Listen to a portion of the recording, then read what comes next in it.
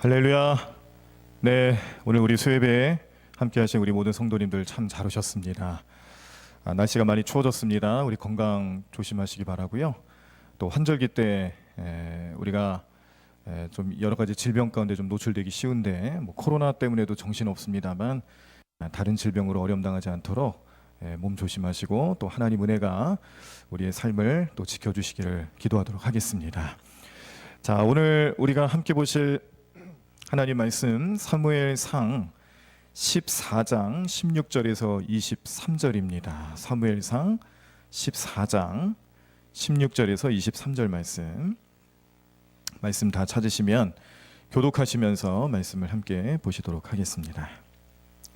구약성경 429쪽에 나와 있습니다. 사무엘상 14장 16절로부터 23절. 주보에는 15장으로 나와 있는데요. 제가 미리 좀 말씀을 드렸어야 됐는데 놓쳤습니다. 죄송합니다. 지난주에 우리가 수요일부터 추석 연휴가 시작됐잖아요. 그래서 수요 저녁 예배에도 이제 우리 성도님들이 많이는 못 나오시겠지 하고 예상하고 그렇게 예배를 드렸습니다. 그런데 예상 밖에 9분밖에 안 오셨어요. 저희 가정 포함해서. 저희 아이들까지 다 나오라 했어요. 혹시나 해가지고 너무 적게 나오시면 안 될 것 같아서 저희 아이들까지도 다 데리고 나와서 예배 드리고 또 원로 목사님 오시고 반주자님 오시고 그리고 성도님 2분 더 오시고 이렇게 해가지고 9분이 오셨어요. 그래서 전에도 이랬나요? 여쭤보니까 역대급이었다고. 처음 있는 일이란 뜻이죠. 그래서 그때 14장 말씀을 이제 전체를 이제 보려고 했는데 오늘 좀 지난주에 못 오신 분들이 오늘 갑자기 오셔가지고 14장 말씀에 대해 이해가 없이 뭐죠? 네, 그 15장 말씀으로 바로 넘어가는 건 좀 안 되겠다 싶어서 14장 말씀 전반부만 잠깐 보고 나머지를 이제 오늘 좀 보도록 그렇게 결정을 했습니다. 그래서 오늘은 15장 말씀을 보는 게 아니고요. 14장 16절에서 23절 말씀을 보시면서 14장 전체적인 말씀을 다시 한번 보도록 하겠습니다. 다 찾으셨죠? 네. 자, 교독하시면서 말씀 보겠습니다. 제가 16절 읽겠습니다. 베냐민 기브야에 있는 사울의 파수꾼이 바라본즉 허다한 블레셋 사람들이 무너져 이리저리 흩어지더라.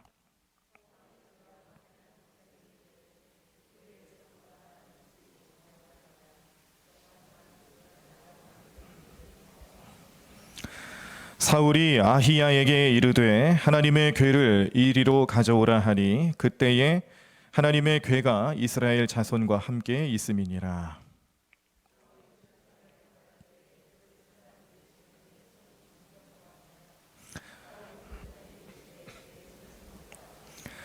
사울과 그와 함께한 모든 백성이 모여 전장에 가서 본즉 블레셋 사람들이 각각 칼로 자기의 동무들을 치므로 크게 혼란하였더라.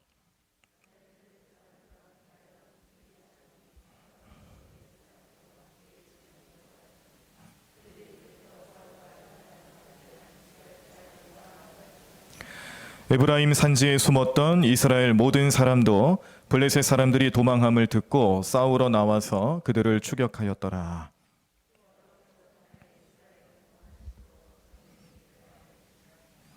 아멘. 네. 자, 성경 덮지 마시고요. 우리가 성경을 계속해서 좀 찾아보시면서 읽으려고 합니다. 덮지 마시고 펴놓으시기를 바랍니다. 자, 오늘 우리가 14장 말씀 보시면서 좀 몇 가지 좀 전 이해가 좀 필요한데요. 지금 지난번에 보셨던 13장 후반절부터 시작해서 오늘 14장까지는 먼저 좀 인물의 어떤 구도를 좀 보셔야 될 것 같습니다. 자, 우리가 이 사무엘상 말씀을 보면서 지금까지 계속해서 주로 보셨던 인물들이 누구냐면 사무엘 선지자와 그리고 사울이에요. 자, 그래서 오늘도 그 13장 후반부부터 시작해서 14장까지의 이 인물의 구도를 보시면은 이제 사무엘과 사울이 등장을 하게 됩니다. 자, 그래서 먼저는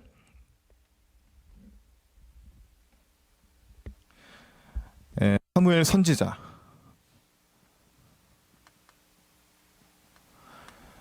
사무엘 선지자가 등장하고 그리고 늘 보셨던 사울이 나오죠. 자, 그런데 13장 말씀에 보면요, 이제 블레셋과의 전투가 본격적으로 이루어지는 원인을 제공한 사람이 있었어요. 그 원인을 제공한 사람이 누구냐? 요나단입니다. 자, 요나단은 누구죠? 예, 사울의 아들이에요. 그 요나단이 이제 전쟁에 나가서 직접 지휘를 할 수 있을 정도로 장성한 상태로 갑자기 등장을 합니다. 그러면서 이 요나단이 이제 13장 말씀에서 블레셋 진영의 수비대들을 가끔씩 친 거예요. 자기가 데리고 있는 군사가 1000명이 있습니다. 사울의 군사가 원래 3000명이었는데 이 3000명 중에 1000명을 요나단이 데리고 다닌 거죠. 그래서 이 블레셋 진영의 수비대들을 치게 되는데 이게 빌미가 돼가지고 블레셋에서 요거 봐라, 어디 이스라엘 백성들 한번 혼 좀 나봐야겠네, 그래가지고 전쟁을 일으킨 겁니다. 그래서 벌어진 전투에 이제 사울이 군사를 동원해서 이제 나가게 되는데, 이때 이제 전쟁을 준비하면서 가만히 되어지는 상황들을 보니까 이제 13장 말씀에 그런 내용이 나왔죠. 지금 모든 상황들을 가만히 보니까 굉장히 불리한 거예요. 블레셋 진영은 뭐 어마어마합니다. 뭐 거기 군사력은요 비교할 수가 없어요. 지금 사울의 군사는 3,000명이에요. 다 모아봐야 3,000명밖에 되지 않습니다. 그런데 블레셋 진영 같은 경우에는 군사만 13만 명이 넘고요. 또 그 이상 백성들도 함께하면서 뭐라고 표현하냐면은 바닷가에 모래알 같다 그랬어요. 바닷가에 모래알을 셀 수 없다라는 표현을 그렇게 쓰잖아요. 예전에 그래서 창세기 말씀에도 보면은 아브라함을 하나님께서 축복하시고 아브라함을 그 자손을 큰 민족으로 이루어 주시겠다라고 약속하셨을 때 주셨던 표현 중에 하나가 뭐냐면 하늘의 별과 같이, 또 바닷가에 모래알과 같이 그렇게 표현을 쓰시는 걸 보면 그건 결국 무엇을 얘기하냐면 셀 수 있다 없다, 없다라는 뜻이에요. 셀 수 없을 정도로 수많은 사람들이 나타나게 될 것이다라는 것을 하나님께서 이제 아브라함에게 알려주신 내용이죠. 근데 이 블레셋 진영의 군사력을 표현해 주는 내용이 똑같습니다. 이 바닷가에 모래알 같더라. 얼마나 많은 숫자를 표현해 주는지 알 수가 있겠죠. 그러니까 싸움이 되겠어요, 안 되겠어요? 싸움이 될 수가 없어요. 그런데 이 싸움을 정말 전투력만 가지고서는 도저히 비교도 되지 않는 이 상황 속에서 사무엘을 기다리는 겁니다. 사무엘이 와서 예배를 드리고 또 제단을 쌓고 하나님께 이 전쟁이 과연 합당한지 또 승패에 대한 것들을 물어보는 그런 예배를 드려야 되는데, 제단을 쌓아야 되는데 사무엘이 늦어지는 거죠. 자꾸 늦게 오는 거예요. 오질 않습니다. 답답하고 이 상황 속에서 어떻게 해야 될지 다급한 마음, 조급증이 생기다 보니까 사울이 그만 하지 말아야 될 일을 해버린 거예요. 자기가 스스로 제단을 쌓고 번제를 드리게 된 겁니다. 그리고 번제를 드리자마자 사무엘이 나타나서 지금 왕이 하신 일이 무엇입니까? 라고 물어보면서 우리가 좀 깨달을 수 있는, 좀 더 말씀의 분위기나 또 이 사무엘상 말씀에서 흘러가고 있는 흐름을 놓고 봤을 때에 단순히 사무엘 선지자가 늦게 왔다라는 표현보다는 기다리고 있었구나라는 것으로 좀 생각할 수 있는 분위기를 우리 13장 말씀에서 좀 보셨죠. 자, 그렇게 해서 사울이 책망받습니다. 사무엘은 이 사울 왕이 한 일들을 놓고 책망하면서 또 앞으로 어떻게 될 것인지에 대해서도 이제 예언을 하게 되는데, 자, 그 말씀 한번 보시죠. 13장 14절인데요. 자, 427쪽에 나와 있습니다. 자, 우리 함께 찾아보시고 함께 말씀을 읽어보도록 하겠습니다. 13장 14절 말씀. 사무엘 선지자가 사울 왕에게 이 해서는 안 될 일을 한 사울 왕, 교만한 모습에 대해서 어떻게 책망하고 어떤 예언을 하는지 나타나 있는 말씀인데요. 자, 함께 읽겠습니다. 지금은 왕의 나라가 길지 못할 것이라 여호와께서 왕에게 명령하신 바를 왕이 지키지 아니하였으므로 여호와께서 그의 마음에 맞는 사람을 구하여 여호와께서 그를 그의 백성의 지도자로 삼으셨느니라 라고 예언을 합니다. 그러니까 지금 사무엘은 사울을 책망하면서 지금 이 전투 또 그 이후에 나타날 모든 그런 하나님의 섭리, 이런 것들을 사울의 편에서 얘기를 해주는 게 아닙니다. 하나님께서 지금 징계하는 것이고, 또 하나님께서 그 징계의 결과로 어떤 말씀을 주셨냐면은 앞으로 하나님 마음에 맞는 사람, 그 하나님 마음에 맞는 사람을 예비할 것이다. 그래서 사무엘은 이제 실패한 왕이에요. 사울은 실패했습니다. 실패했으면 그 실패한 것에 대해서 하나님께서 또 누군가를 세워주신다라는 의미로서 하나님 마음에 합한 자를 얘기해 줬는데 그게 누구였어요? 다윗이죠. 네. 다윗을 이제 하나님께서 선택하셨다. 하나님 그 마음 먹으셨고 그렇게 될 것이고 이제는 뭐 사울이 어떻게 해도 소용이 없다라는 겁니다. 이런 예언을 남기고 떠나요. 그 현장을 떠납니다. 그리고 나서 오늘 14장 말씀으로 이제 넘어오게 되면은 요나단이 갑자기 무슨 마음이 들었는지 모르겠는데 자기가 데리고 있는 수종 드는 자, 전쟁을 치를 때 자기를 도와주는 그 부하를 한 명을 데리고 적진을 향해 나갑니다. 이게 어떤 마음이 들어서 그랬는지는 잘 모르겠지만 14장 전체 말씀의 내용을 이제 가만히 살펴보면은 단순히 그냥 젊은 혈기로 하는 건 아니다라는 걸 깨닫게 됩니다. 그러니까 지금 이 요나단의 마음속에 이 블레셋과의 전투를 앞두고 그가 적진을 향해 나아가는데요. 600명밖에 되지 않아요. 데리고 가는 군사가 600명 수준입니다. 그러니까 13만 명 이상의 군사를 거느리고 있는 블레셋 진영에 들어간다는 것은 어찌 보면 자살 행위와 같은 것인데 어떻게 그 일이 가능했냐면 죄송합니다. 그 일을 가능하게 해주는 말씀의 내용이 사무엘상 14장 6절에 나오는데요. 자, 이 말씀도 함께 보시도록 하겠습니다. 사무엘상 14장 6절 말씀. 네. 찾으셨죠? 네, 함께 읽겠습니다. 요나단이 자기의 무기를 든 소년에게 이르되 우리가 이 할례 받지 않은 자들에게로 건너가자 여호와께서 우리를 위하여 일하실까 하노라. 여호와의 구원은 사람이 많고 적음에 달리지 아니하였느니라 라고 고백을 합니다. 자, 지금 요나단이 블레셋 진영에 들어가면서 그의 마음속에 드는 생각은 뭐냐면 첫 번째, 자, 블레셋은요, 글씨가 이상해졌네요. 죄송합니다.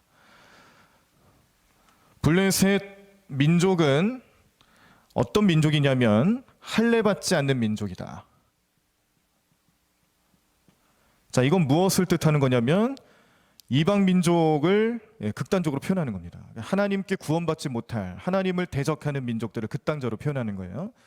할례 받지 못한 민족 블레셋을 향해 나아간다라는 거죠. 자, 그래서 이 전쟁을 지금 무슨 전쟁으로 보냐면은 성전으로 보는 거예요. 성전. 우리 이런 교회의 성전이 아니고 거룩한 전쟁으로 보고 있는 겁니다. 거룩한 전쟁.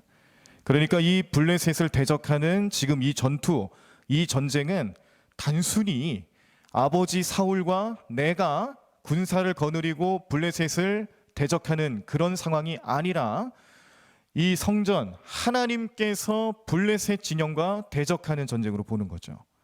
하나님을 섬기지 않고 하나님을 믿지 않고 이스라엘을 괴롭히는 민족, 이스라엘을 선택하신 하나님을 괴롭힌다고 생각을 하는 거예요. 그래서 이 모든 전쟁의 승패는 하나님께 있다는 것을 믿음으로 고백하는 내용이 오늘 이 블레셋 진영을 향해서 저 할례 받지 않은 민족을 향해 나아가자라고 얘기를 하는 거고요.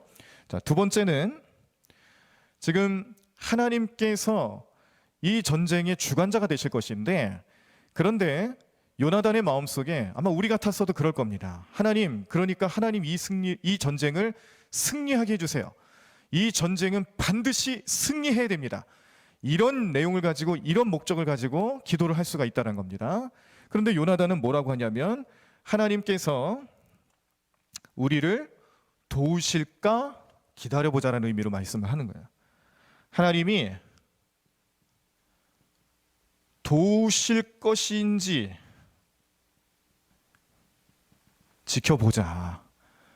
예.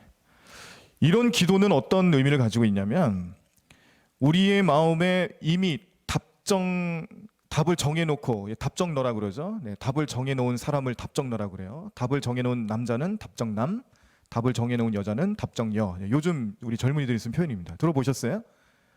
네, 처음 들어보셨죠?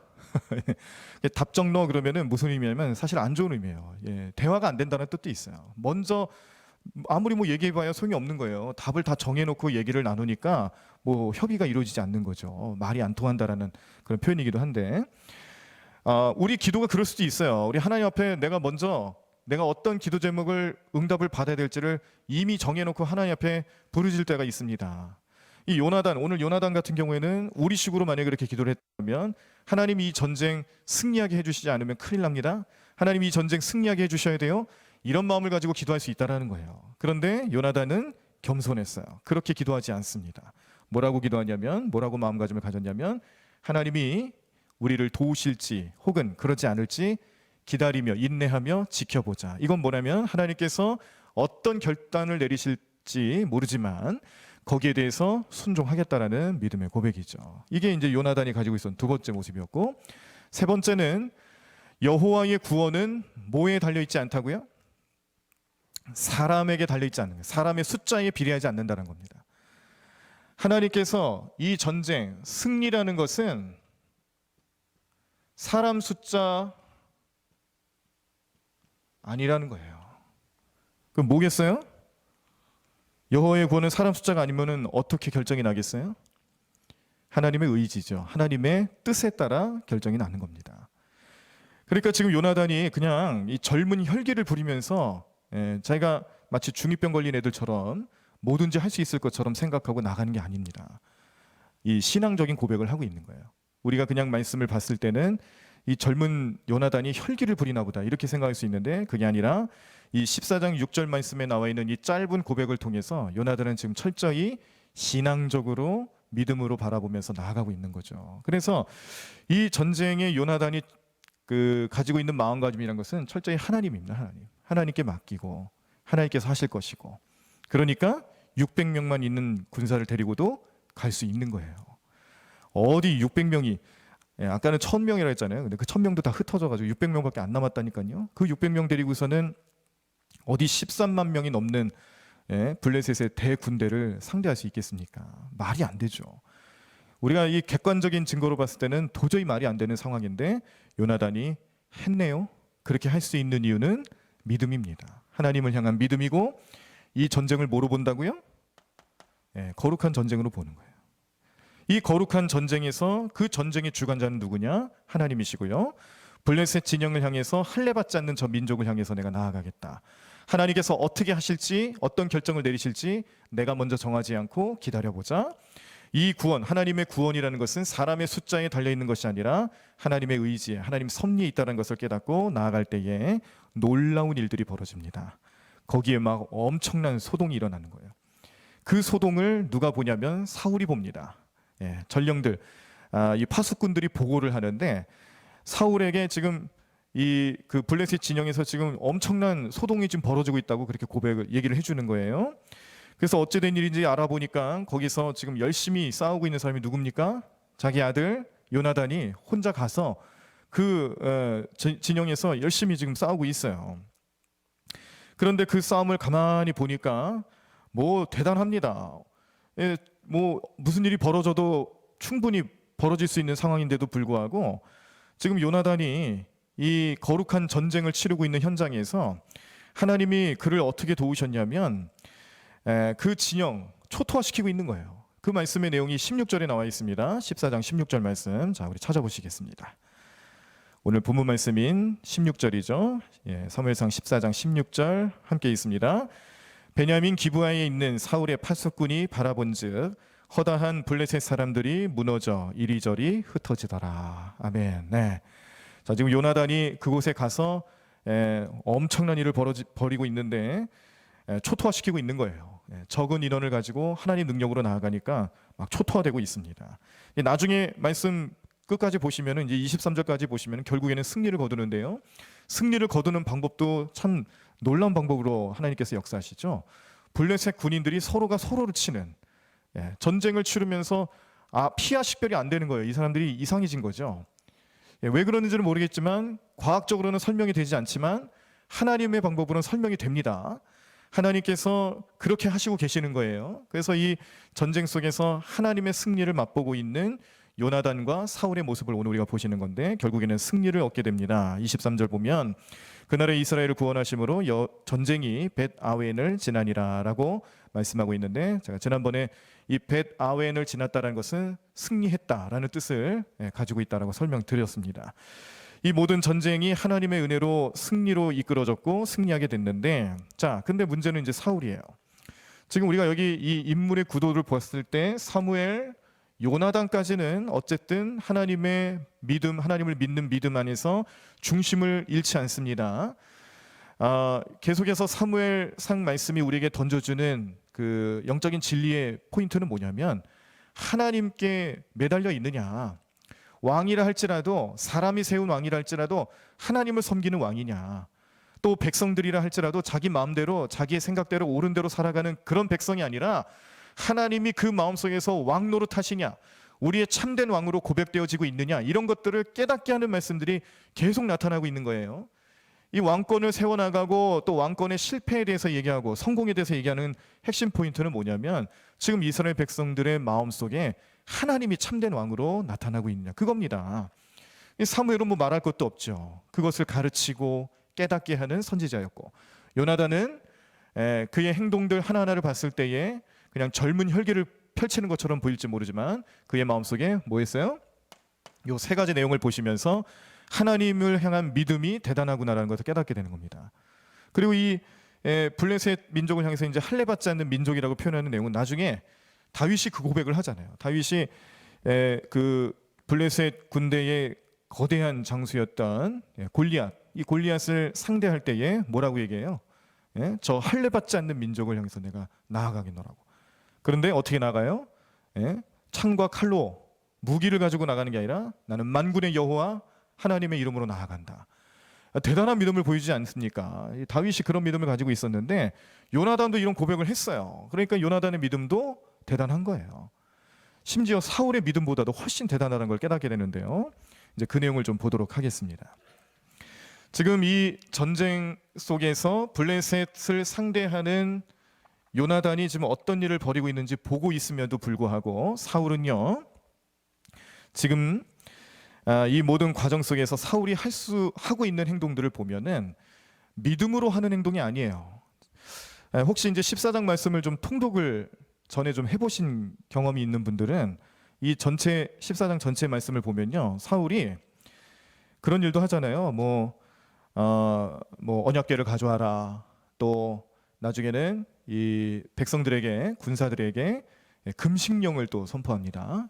그리고 또 금식을 하지 않고 어기는 사람들은 저주를 받게 될 것인데 그 저주가 나중에는 제비뽑기를 통해서 누구한테 가냐면은 사울과 요나단에게 가죠. 집중됩니다. 그리고 결국에는 요나단이 제비뽑기에 뽑혀요.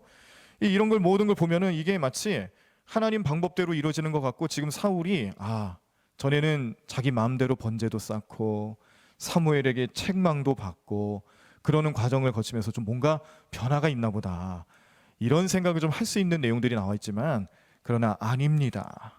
왜 아닌지를 이제 설명을 해드릴 거예요. 자, 18절 말씀을 좀 먼저 보시겠습니다. 18절, 오늘 14장 18절 말씀. 자, 함께 있습니다. 사울이 아히야에게 이르되 하나님의 궤를 이리로 가져오라 하니 그때에 하나님의 궤가 이스라엘 자손과 함께 있음이니라. 자, 지금 이제 요나단이 적진에 들어가서 막 초토화시키고 있는 모습을 보면서, 그리고 서로가 서로를, 이 블레셋 진영에 있는 블레셋 군사들이 피하 식별을 하지 못하고 서로가 서로를 죽이고 있는 그걸 보면서 승리를 거뒀습니다. 이때 사울이 하는 행동이 뭐냐면 저걸 가져오라는 거예요. 언약궤를 가져오라는 거죠. 그래서 우리가 18절 말씀 지금 읽으셨지만 언약궤를 가져오라고 했을 때에 우리가 조금 착각할 수 있는 것은, 와, 지금 사울이 정신 차렸구나. 처음에는 그 사무엘 선지자가 오는 것도 기다리지 못하고 그렇게 자기가 죄를 짓는, 불순종하는 죄를 지었던 사울이 이제 좀 뭔가 달라졌나 보다, 그렇게 생각을 합니다. 자, 그런데 이게 왜 말이 안 되는 내용들이냐면 19절 보겠습니다. 19절. 자, 19절도 함께 보겠습니다. 읽겠습니다. 사울이 제사장에게 말할 때에 블레셋 사람들의 진영에 소동이 점점 더한지라. 사울이 제사장에게 이르되 내 손을 거두라 하고 라고 말을 했어요. 자, 언약궤를 가져오라고 했어요. 그런데 19장으로 넘어가면서 또 뭐라 그래요? 가져오지 말라 그러는 거죠. 손을 거두라는 얘기는 가져오지 말라는 거예요. 가져오라고 했다가 가져오지 말라고 그러는 거예요. 자, 이게 무슨 의미입니까? 먼저는요, 지금 가지고 오라는 18절에 이 언약궤는요, 사실은 말씀에는 언약궤로 나와 있지만, 근데 우리가 이 사무엘상 말씀을 보시면서 한번 이스라엘 백성들이 이 블레셋과의 전투를 벌이면서 실수한 게 있었어요. 예, 뭔지 아시죠?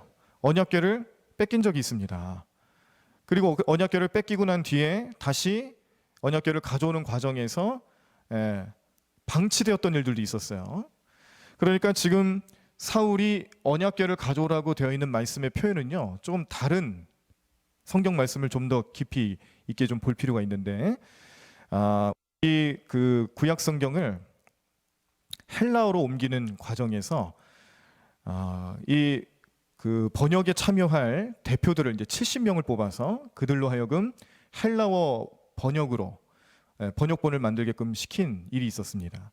그래서 이때 만들어진 번역본을 70인역이라고 해요. 70인역, 70명의 대표들이 모여서 번역을 했다, 참여했다 해서 70인역인데, 이 재미있는 일화가 있습니다. 이 70인역의 이 위대함을 좀 표현해주는 그런 재미있는 일이기도 한데, 뭐냐면 우리가 만약에 어떤 그 번역본을 우리 성도님들에게 좀 번역 좀 해주십시오 부탁을 해서 기한을 정해놓고 이제 가져다 달라고 했을 때에 그 번역본을 받았을 때에 아마 그 뜻은 해석은 좀 일맥상통할 수 있겠지만 문장의 표현은 다를 수 있잖아요.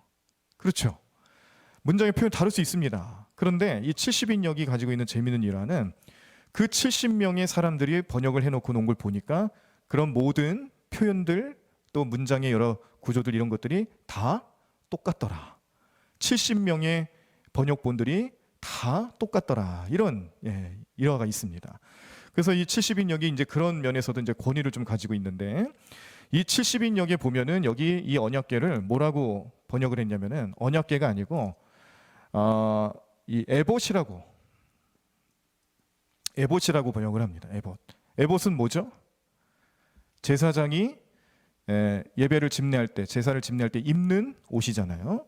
제사장이 입는 옷인데, 이 에봇이 가지고 있는 의미가 뭐냐면 이 에봇에 달려 있는 우림과 둠밈이라는 게 있습니다. 이 우림과 둠밈이라는 것은 그 쉽게 표현하면은 제비뽑기와 비슷한 역할을 하는 거예요.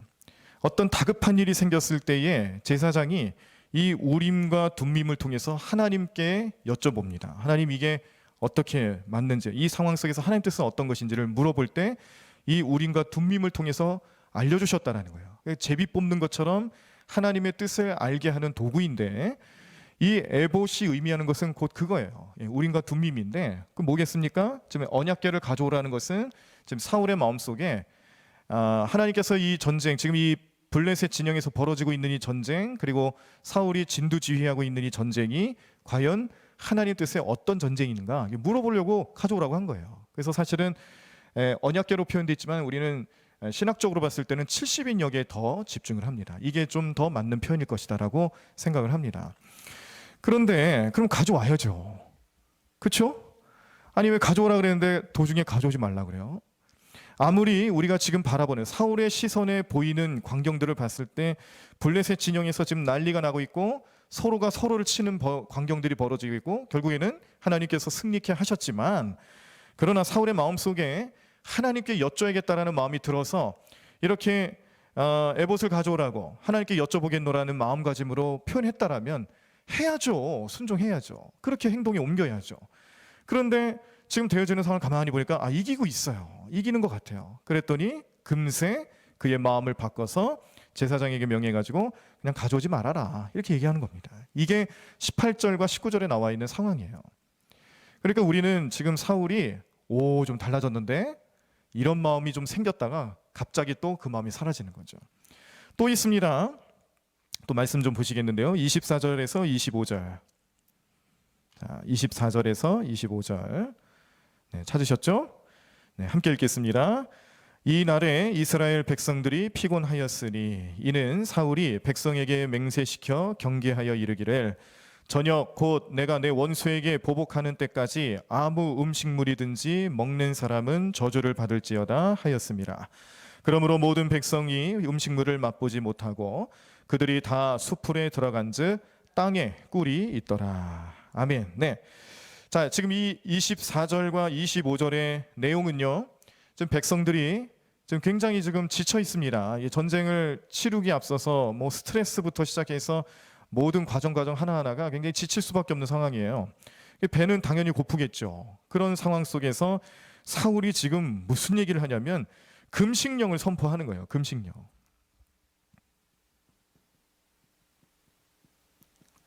금식령을 선포하는데 지키지 않으면 저주가 임할 것이다라고 저주까지 퍼붓습니다. 이 저주는 이제 죽임을 당한다는 뜻이에요. 자, 지금 군사들은 배고파서 죽을 지경인데 사울은 무슨 생각인지 모르겠지만 금식령을 선포합니다. 금식이라는 것은 성경적인 의미로 봤을 때 금식이라는 것은 생명을 내건 삶의 신앙적인 고백이죠. 우리가 금식 기도한다고 할 때는 먹지 않고 마시지도 않고 기도하는 거예요. 그러면 뭐겠어요? 내 생명을 하나님께 맡깁니다. 간절히 기도하고 간급한 기도, 다급한 기도를 드릴 때 보통 우리 금식 기도 하잖아요. 금식령을 펼쳤다는 것은 역시 그런 의미가 있는 거예요. 신앙적인 고백일 수도 있습니다. 그런데 이걸 우리가 사울의 신앙 고백으로 봐야 할까? 아니면 그냥 단순히 종교적인 형식에 치우친 모습일까를 판단하셔야 합니다. 신앙적인 고백은 아니에요. 지혜롭지 못합니다. 지금 전쟁을 이끌어가고 있는 왕이 데리고 있는 군사들을 어떻게 해서든지 잘 다스리고 또 이끌어가서 생명을 이끌어갈 수 있도록, 생명을 보존할 수 있도록 그렇게 만들어줘야 되는데 지금 뭐 먹지도 말라 그러고 먹는 거 먹지 말라는 금식령을 어기는 사람은 죽게 될 것이다. 저주까지 퍼붓는 모습은요, 결코 그 상황에 어울리지 않는 모습이죠. 그런데 금식이라는 어떤 형식, 신앙적인 종교적인 형식을 내세워서 그가 지금 하고 있는, 사울이 지금 하고 있는 생각과 행동들이 이거 하나님 뜻일 것이다라는 맹목적인 믿음을 가지고 백성들 앞에서 보여주는 그런 모습밖에 되지 않는다는 거예요. 전쟁을 치르는 데 있어서 에봇을 가져오라 그랬다가 철회시키고 또 금식령을 선포하면서 그렇지 않아도 힘든 백성들을 더 힘들게 만들고 있는 사울의 모습, 결코 신앙적이지 않습니다. 이건 믿음의 고백이 아닙니다. 더 힘들게 만드는 것이고 또 이 금식령 때문에 더 큰 일이 발생하게 되는데요. 자, 그 말씀 26절에서 27절 보겠습니다. 26절에서 27절. 자, 찾으셨죠? 네, 함께 있습니다. 백성이 수풀로 들어갈 때에 꿀이 흐르는 것을 보고도 그들이 맹세를 두려워하여 손을 그 입에 대는 자가 없었으나 요나단은 그의 아버지가 백성에게 맹세하여 명령할 때에 듣지 못하였으므로 손에 가진 지팡이 끝을 내밀어 벌집에 꿀을 찍어 그의 손을 돌려 입에 대매 눈이 밝아졌더라. 네, 지금 금식령을 선포해서 다른 군사들은 먹고 싶어도 꿀을 봤어요. 이 바닥에 이 꿀이 있는 걸 보고 얼마나 먹고 싶겠어요. 그런데 먹지 못하는 겁니다. 왜냐하면은 왕이 선포를 했으니, 그러다가 큰일 날 수도 있으니까 못 하고 있는 거예요. 죽을 지경인 거죠. 그런데 요나단은 그 명령을 못 들었다는 거예요. 그래서 이 꿀을 보자마자 자기도 너무 허기지니까 그 꿀을 찍어서 먹었다. 어떻게 한 겁니까? 아버지가 명령한 금식령을 어긴 거예요. 그리고 이 어긴 것 때문에 무슨 일이 벌어지게 되냐면 나중에는 요나단을 죽이려고까지 하는 그런 일이 벌어지게 되는데 그건 좀 이따 다시 보도록 하고요. 자, 그리고 이제 백성들 사이에서도 이제 또 난리가 납니다. 32절입니다. 32절. 자, 함께 있습니다. 백성이 이에 탈취한 물건에 달려가서 양과 소와 송아지들을 끌어다가 그것을 땅에서 잡아 핏째 먹었더니 라고 말씀하고 있어요. 자, 이건 율법을 어긴 겁니다. 그러니까 지금 금식령을 선포한 것 때문에 지금 백성들이 너무 허기지고 힘드니까 이제 뭐 판단력이 흐려지는 겁니다. 지금 뭐가 중요하고 뭐가 나중인지 판단이 안 서는 거예요. 그러다 보니까 전쟁을 통해서 탈취한 전리품들이 있는데 그중에 가축들이 있죠. 이 가축을 잡아먹는데 그만 이 율법에 명령한 대로 하지 않고 피째 먹었다. 피는 먹으면 안 되거든요. 율법에 어긋난 행동이거든요. 지금 백성들이 이 사울 왕이 잘못된 판단한 것 때문에 백성들의 그 삶의 현장에서 율법을 어기고 있는 모습들이 나타나고 있는 겁니다. 이것 때문에 큰 문제가 일어나게 되니까 이제 사울이 이거를 어떻게든 또 해결하기 위해서 결단하고 제단을 쌓게 되는데요. 그 제단을 쌓는 모습 35절에서 37절에 나와 있습니다. 자, 찾아보시겠습니다. 35절에서 37절. 자, 함께 있습니다. 사울이 여호와를 위하여 제단을 쌓았으니 이는 그가 여호와를 위하여 처음 쌓는 제단이었더라. 사울이 이르되 우리가 밤에 블레셋 사람들을 추격하여 동틀 때까지 그들 중에서 탈취하고 한 사람도 남기지 말자. 무리가 이르되 왕의 생각에 좋은 대로 하소서 할 때에 제사장이 이르되 이리로 와서 하나님께로 나아가사이다 하매 사울이 하나님께 묻자오되 내가 블레셋 사람들을 추격하리이까 주께서 그들을 이스라엘의 손에 넘기시겠나이까 하되 그날에 대답하지 아니하시는지라. 아멘. 자, 사울이 제단을 쌓는데 여호와를 위해서 쌓는 첫 제단이라는 겁니다. 네. 그동안 뭘 쌓았을까요? 그러면 사울이 사무엘과 더불어서 쌓았던 예배와 제단은 다 아무것도 아니었네요. 오늘 말씀에 의하면은 처음으로 쌓는 제단이라고 합니다. 지금 이 피째 먹은 백성들의 죄가 그 백성들에게 심판으로 나타나지 않게끔 하기 위해서 그런 목적도 있고요. 또 하나는 이제 블레셋 진영의 이런 전투하는 모든 상황, 이런 되어지는 일들이 하나님께서 어떤 뜻을 펼쳐주실지 이제 물어보기 시작을 하는 거예요. 근데 결과는 어땠냐면 응답이 없어요. 제단을 쌓는데 응답이 없어요. 제단을 쌓는데 응답이 없다라는 것은 이 사울의 입장에서는 굉장히 중요한 문제입니다. 하나님께서 내게 응답하시지 않는다는 것은요, 내가 하나님께 버림받았구나, 하나님 나와 함께 하시지 않는구나, 이런 것을 깨닫게 하는 내용들이거든요. 그래서 사울의 입장에서 봤을 때는 이게 굉장히 중요한 문제인데 이유가 있습니다. 왜 하나님 응답하시지 않았을까? 그건 다른 게 아니죠. 아까 맹세한 것에 대해서 요나단이 범죄했어요. 자기 아들이 순종치 않았습니다. 맹세한 것을 아들이 깼습니다. 하나님께서 그것을 좋지 않게 여기시는 거죠. 그래서 응답하시지 않는 이유에는 이 사울 왕에게 나타나고 있는 죄된 모습들이 해결되지 않으니까 그러는 거예요. 응답하시지 않는 이유는 다른 거 아니에요. 죄가 있어서 그런 거죠. 그래서 사울이 이 죄가 누구에서부터 시작됐는지를 깨닫게 하기 위해서 제비를 뽑는데, 제비를 뽑고 나서 보니까 사울과 요나단만 남습니다. 이 말씀이 42절에 나왔습니다. 자, 42절도 함께 찾아보겠습니다. 42절 말씀 함께 있습니다. 사울이 이르되 나와 내 아들 요나단 사이에 뽑으라 하였더니 요나단이 뽑히니라. 아멘. 모든 사람들을 이제 제비를 뽑았는데 나중에 사울과 요나단만 남은 거예요. 그리고 두 사람 중에 누구냐 또 뽑았더니 요나단이 뽑힌 거죠. 이 제비 뽑기란 것은 하나님의 방법인 줄로 믿습니다. 하나님의 뜻을 알게 하는 하나님의 방법이며, 하나님의 뜻은, 하나님의 섭리라는 것은 우연이라는 것이 없다. 모든 것이 하나님의 섭리와 계획 속에서 이루어지는 일들이라는 것을 고백하는 것이 바로 제비뽑기입니다. 오늘 이 고백을 통해서 요나단이 뽑힌 거예요. 그랬더니 요나단이 이제 자기가 했던 일을 다 고백을 하죠. 그리고 사울이 어쨌든 자기가 내뱉은 말이기 때문에 그 말에 행동으로 옮기기 위해서 요나단을 죽이려 합니다. 그랬더니 그 요나단을 감싸고 살려준 사람들이 누구냐면 백성들이에요. 백성들은 알잖아요. 요나단이 하나님을 믿고 하나님을 의지하며 그 능력으로 블레셋 진영에 들어갔을 때 무슨 일을 벌였는지 잘 알잖아요. 이 전쟁의 승패의 주요 원인이 됐던 사람은 바로 요나단이지 사울이 아니라는 겁니다.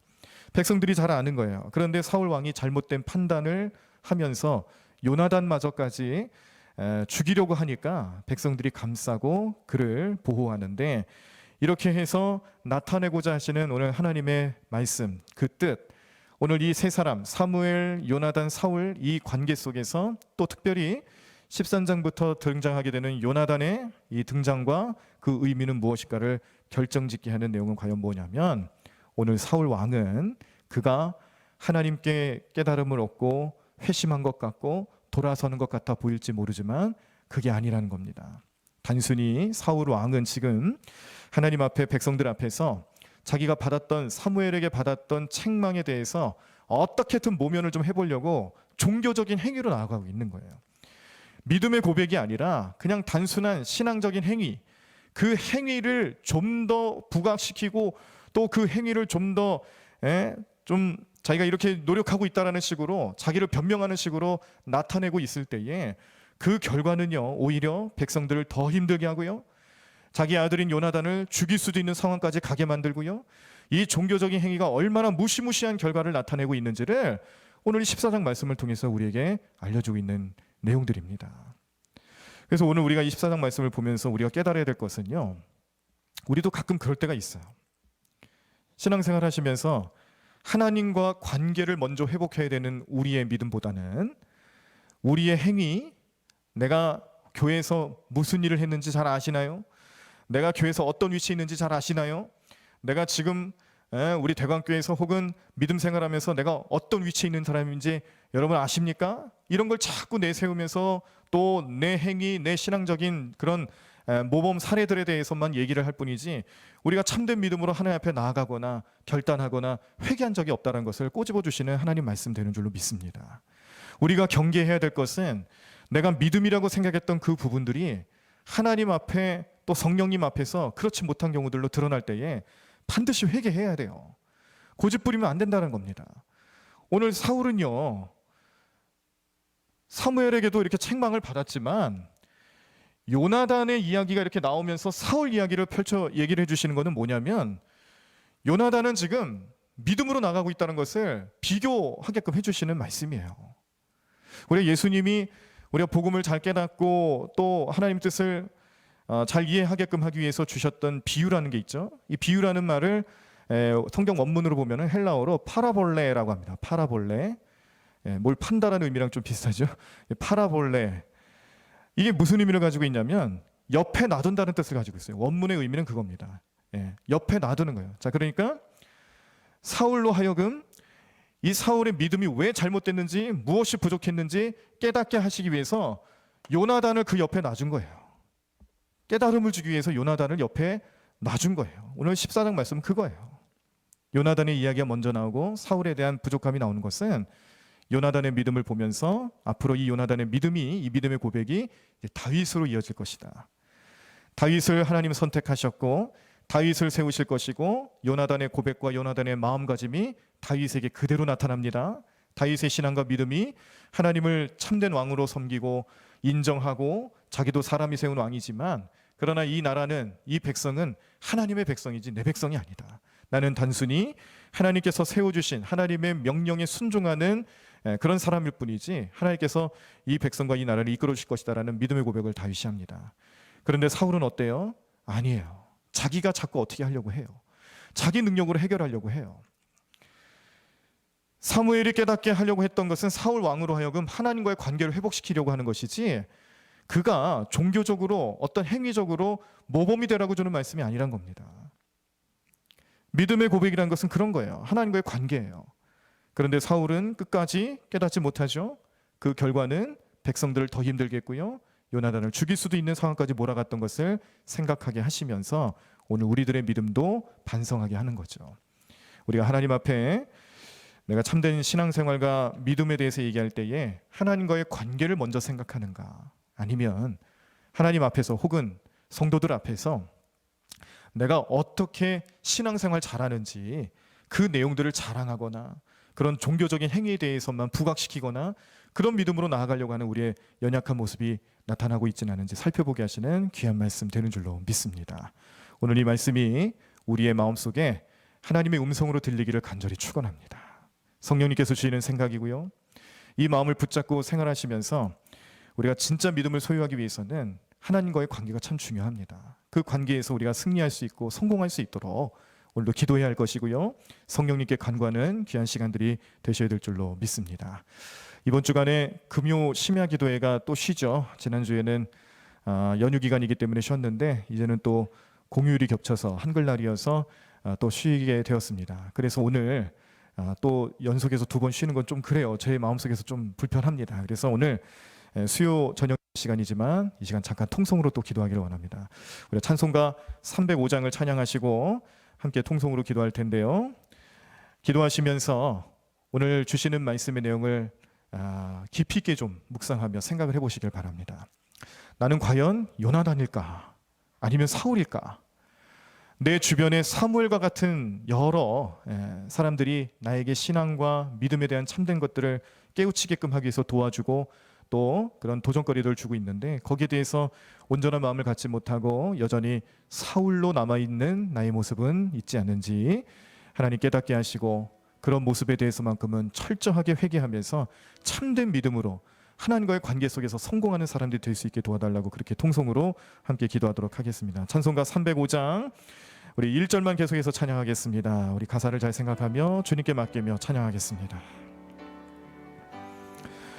나 같은 죄인 살리신 나 같은 죄인 살리신 주 은혜 놀라워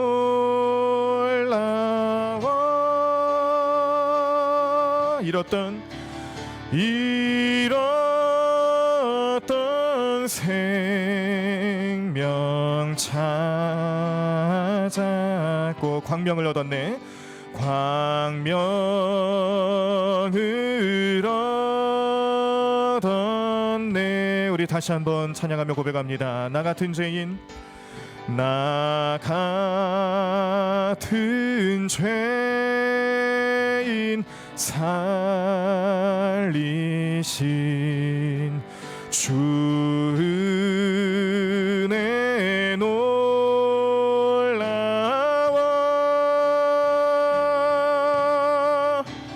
잃었던 생명 찾았고 광명을 얻었네. 광명을 얻었네.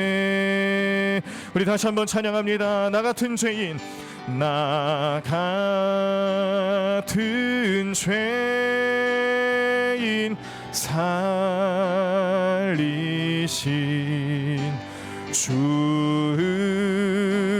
은혜 놀라워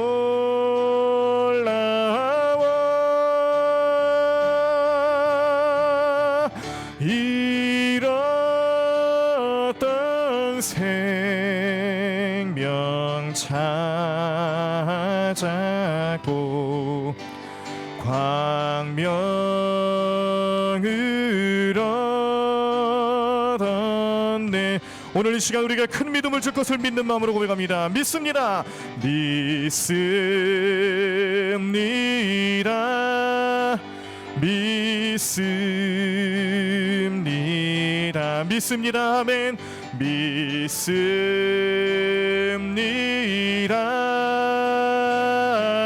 아멘. 믿습니다.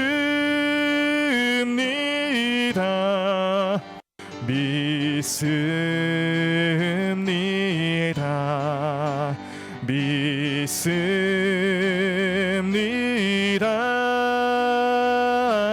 아멘. 성령님 함께하여 주시옵소서. 성령 충만, 성령 충만, 성령 충만, 성령 충만. 아멘. 성령 충만. 아멘. 성령 충만, 성령 충만, 성령 충만. 아멘. 우리 두 손 높이 들고 찬양합니다. 성령 충만, 성령 충만, 성령 충만, 성령 충만. 아멘.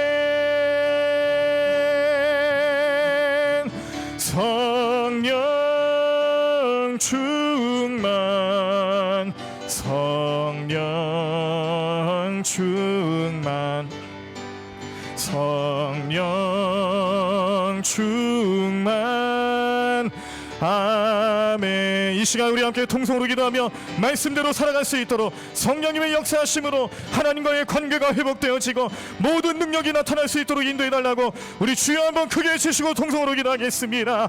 주여, 주님, 하나님 감사합니다. 주님, 오늘도 주님의 놀라운 능력이 온전히 우리 모든 마음 가운데 나타날 것을 믿습니다. 하나님 역사하여 주시옵소서. 주님, 하나님 우리 모든 성도들의 마음속에 큰 은혜로 함께해 주시옵소서.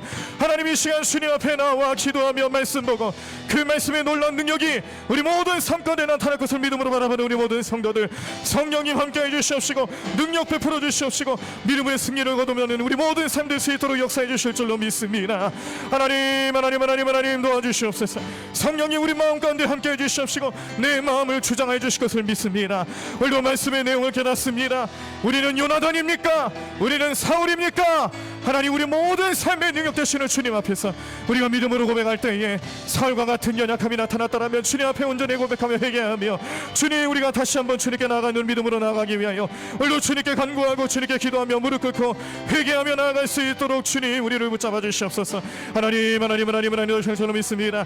주님, 하나님 역사해 주실 줄로 믿습니다. 하나님 오늘 우리 모든 삶의 능력 되시는 주님 하나 바라보게 도시옵소서. 하나님 인도하여 주시옵소서. 주님 역사해 주시옵소서. 성령 충만케 하여 주시옵소서. 성령님이 내 삶의 주관자 되어 주시옵소서. 예수님 내 삶의 주관자 되어 주시옵소서. 하나님만 의지하고 하나님 뜻을 온전히 따르며 살아가는 삶 될 수 있도록 오늘도 우리를 붙잡아 주시옵소서. 주님, 하나님 도와주실 줄로 믿습니다. 하나님 역사해 주시옵소서. 주님 능력 베풀어 주시옵소서. 하나님, 이 시간 간절히 기다리는 모든 심령들 하나님 오늘도 주님께서 놀라운 능력과 함께 해주시옵시고 믿음으로 승리하는 게 삶 될 수 있도록 영타해 줄 믿습니다. 하나님 도와주시옵소서. 주님 인도해 주시옵소서. 주님,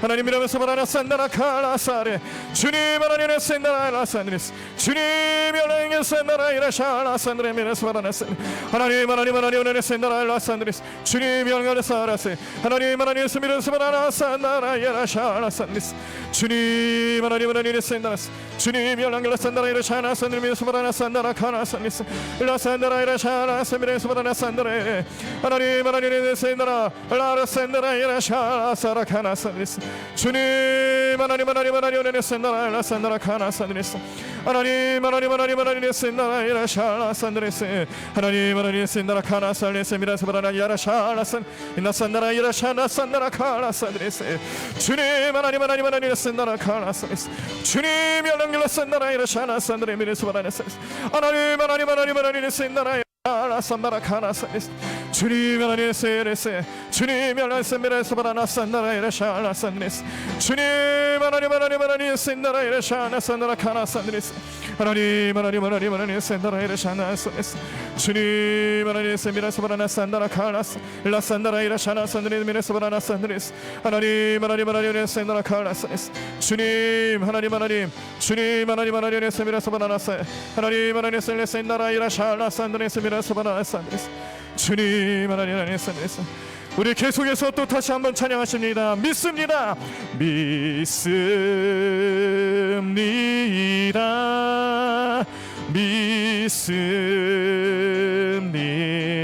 아멘. 믿습니다. 아멘.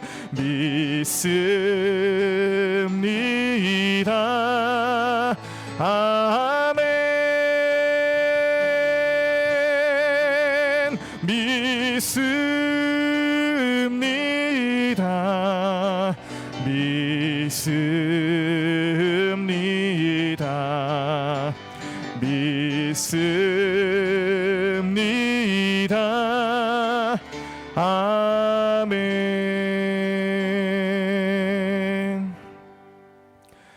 사랑과 은혜가 충만하신 하나님, 오늘도 말씀이 우리의 삶의 능력이 될 것을 믿습니다. 말씀을 통해서 깨닫게 하시는 은혜의 말씀들이 하나님의 말씀으로 우리 마음속에 새겨지고 그 말씀 붙잡고 세상 살아가며 능력의 말씀으로 나타날 것을 우리는 믿습니다.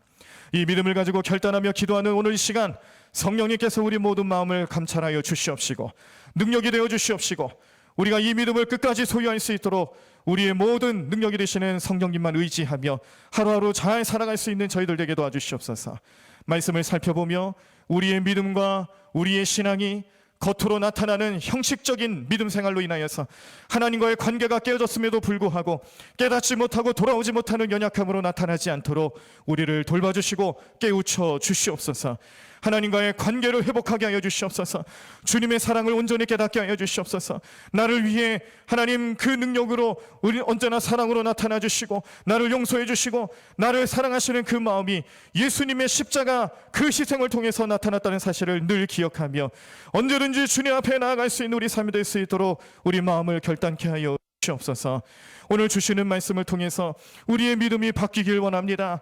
우리의 편협한 믿음이 또 변화되기를 원합니다. 우리의 잘못된 신앙이 고쳐지기를 원합니다. 주님 도와주시옵시고 능력의 손길로 함께하여 주시옵소서. 하나님 또한 우리들의 삶의 여러 가지 문제들을 주님 앞에 내려놓고 기도하오니 우리 모든 질병의 문제를 해결해 주시옵시고 우리의 가장 급하고 다급한 삶의 문제들을 주님 앞에 내려놓을 때마다 우리의 소원에 응답하여 주시고 열매 맺게 하시는 하나님의 놀라운 능력이 나타날 수 있도록 주님 인도하여 주시옵소서. 우리의 삶이 어렵고 힘든 이 순간 하나님 앞에 기도하며 매달려 간구하고 무릎 꿇고 주님 앞에 순종하며 나아갈 때마다 우리 하나님의 은혜가 우리 모든 삶 가운데 넘쳐날 것을 믿습니다. 그 은혜에 감사하고 그 은혜로 기적의 주인공들 되는 우리 모든 성도들의 삶이 될 수 있도록 주님 축복하여 주시옵소서. 말씀을 듣고 깨달음을 얻고 돌아가는 발걸음을 축복해 주시고 그 돌아가는 발걸음 모든 성도들의 그 삶의 부분마다 주님께서 역사하시고 인도하여 주셔서 우리가 다시 한번 하나님의 자녀로 거듭나 주님 영광 돌리며 온 주님 뜻을 이루며 살아가는 귀하고 복된 인생들 될 수 있도록 주님 도와주시고 이끌어 주실 줄로 믿사옵고 이 모든 말씀을 예수님의 이름으로 기도드립니다. 아멘. 하늘에 계신 우리 아버지여, 이름이 거룩히 여김을 받으시오며 나라에 임하옵시며 뜻이 하늘에서 이룬 것 같이 땅에서도 이루어지이다. 오늘날 우리에게 일용할 양식을 주옵시고 우리가 우리에게 죄 지은 자를 사하여 준 것 같이 우리의 죄를 사하여 주옵시고 우리를 시험에 들게 하지 마옵시고 다만 악에서 구하옵소서. 대개 나라와 권세와 영광이 아버지께 영원히 쌓옵나이다. 아멘.